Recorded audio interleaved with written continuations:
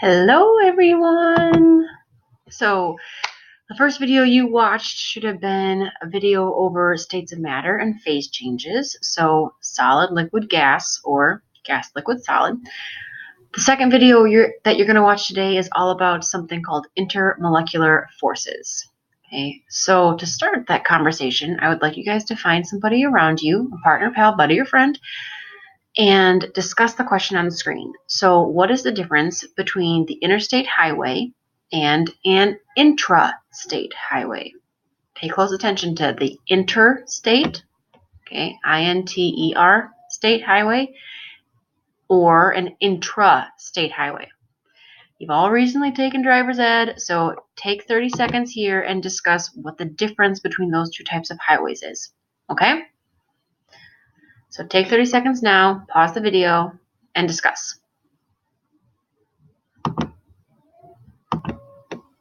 All right, so hopefully you guys took your 30 seconds to discuss that. The key difference between an interstate highway and an intrastate highway is primarily where they go.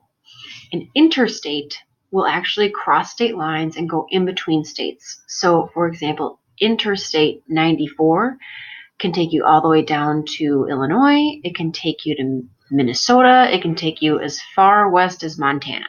Okay, so interstates go in between states. Intrastate highways only exist in one state. So they are roads or highways that exist completely within Wisconsin, for example. Okay, so I want you to remember that analogy as we start talking about intermolecular forces as opposed to intramolecular forces. Okay. All right. So intramolecular forces are bonding forces that hold atoms together. We've already learned about those. Those are things like ionic bonds, covalent bonds, and metallic bonds. So those forces exist within one molecule. Okay? Intermolecular forces exist between molecules. Okay? So intermolecular forces, there are different kinds of them and they vary in strength, but all intermolecular forces, so forces that are between molecules, are much weaker than intramolecular forces. Okay? If you look at this picture, or these two pictures rather, that I have for you at the bottom of the screen, both of them show you inter as well as intramolecular forces. Okay? So we can see intramolecular force here between this hydrogen atom and this chlorine atom. Okay, you can see it here as well in this other molecule of hydrochloric acid. Those are intramolecular forces because it's a covalent bond within the molecule. Okay, now to see an intermolecular force, that would be like the dotted line in between the two molecules. Okay, so that's intermolecular, and those are pretty weak forces, but it's intermolecular because it's in between two molecules. Whereas the bond between the hydrogen and the chlorine atom are intramolecular forces, which are much stronger, and they're intramolecular because they exist within the molecule. Okay. I want you to take another 30-second break. Look at this picture on the right side of the screen here. Okay. Either on your own or with somebody around you.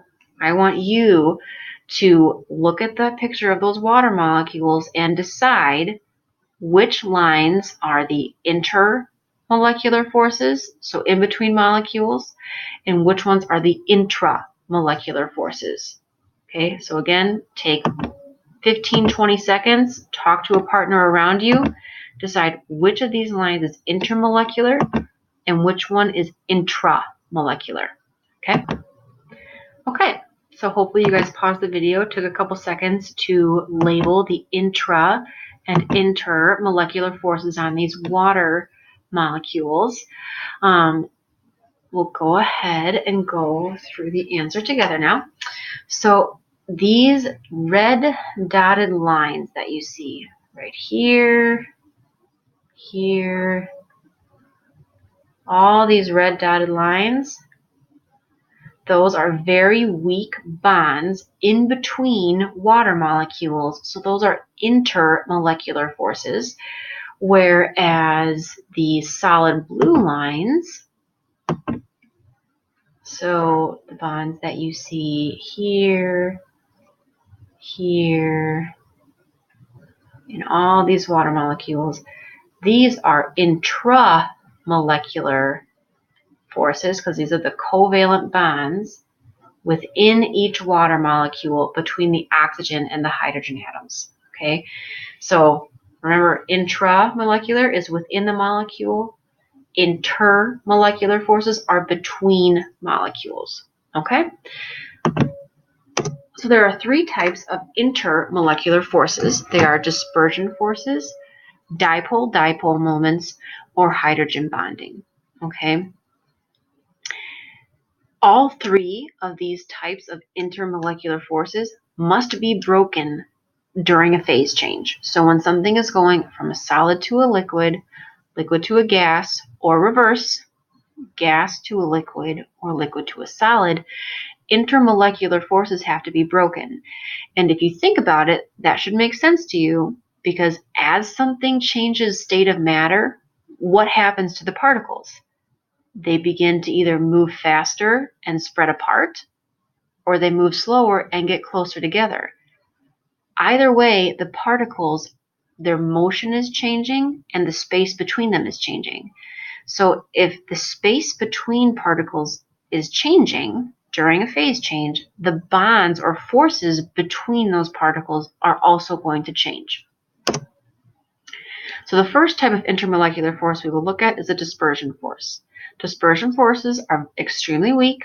They're temporary dipoles. So they are things that happen in an instant. So you have the dispersion force in one moment, and the next moment it might be gone. Okay. The reason why dispersion forces exist is because of those electrons moving around the nucleus.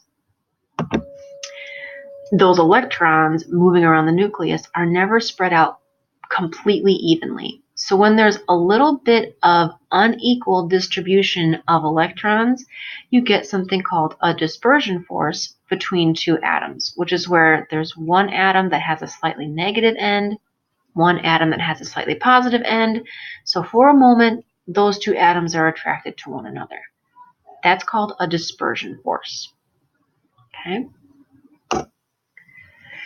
Dispersion forces are the reasons for smell. Okay, so as you smell a rose, for example, substances with weak dispersion bonds are more likely to have odors. Okay, so things that have a strong scent to you, what's happening chemically with the odor molecules inside of the mucous membranes of your nose is there are weak dispersion bonds that are occurring between the odor substance and the cell surface inside of your nose that causes your brain to register that scent. Okay, the second type of intermolecular force is a dipole-dipole force. This is a permanent dipole. Okay, so a dispersion force was a temporary dipole. Dipole-dipole forces are permanent. Okay, so that's something like in a water molecule, for example. The oxygen end of a water molecule will always be more negative. The hydrogen ends will always be more positive. Those are permanent dipoles, which cause dipole-dipole forces in a body of water. Okay, a dipole-dipole force is essentially when the negative end of one molecule is attracted to or loosely bonded to the positive end of another molecule. You can see a good example of that here with hydrochloric acid, where the chlorine end of the molecule is slightly negative, the hydrogen end is slightly positive, and you can see those very weak bonds form in between the HCl molecules, and they form those weak dipole-dipole forces in between the HCl molecules. The third type of intermolecular force is hydrogen bonding. Okay, hydrogen bonding is a type of dipole-dipole bond, which I kind of referenced just before with the water molecules, that exists specifically with molecules that have hydrogen bonded to them. Okay, so a hydrogen bond is a specific type of dipole-dipole bond. All right, so the bond I was talking about before between water molecules, it is a dipole-dipole bond, but more specifically, because it involves a hydrogen atom, it's a hydrogen bond. Okay, so look closely at this picture of water molecules. You'll see the intramolecular covalent bond between the oxygen and the hydrogen, but the dotted line in between the hydrogens of one water molecule and the oxygen of another water molecule is a very weak hydrogen bond that is an intermolecular force. It's in between two water molecules that holds them together, and it's a weak hydrogen bond or a weak intermolecular force. So two things to remember about intermolecular forces. One is that phase changes between molecules are when intermolecular bonds are broken. So those weak bonds that are in between molecules, those are the bonds that break during a phase change. Intramolecular bonds do not break during a phase change. So ionic bonds, covalent bonds, those don't break during a phase change. Just the intermolecular bonds do. And then the second thing to remember about intermolecular forces is that the stronger the intermolecular bond, the higher the melting point or boiling point. So of the three intermolecular forces that we learned about, the hydrogen bonding or the dipole-dipole forces are much stronger than those dispersion forces. So substances that have dipole-dipole forces are going to have a higher melting point and boiling point than a substance with just dispersion forces.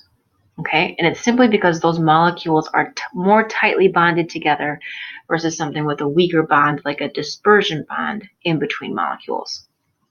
Alrighty, don't forget to hit that like button and subscribe. I'll see you guys tomorrow.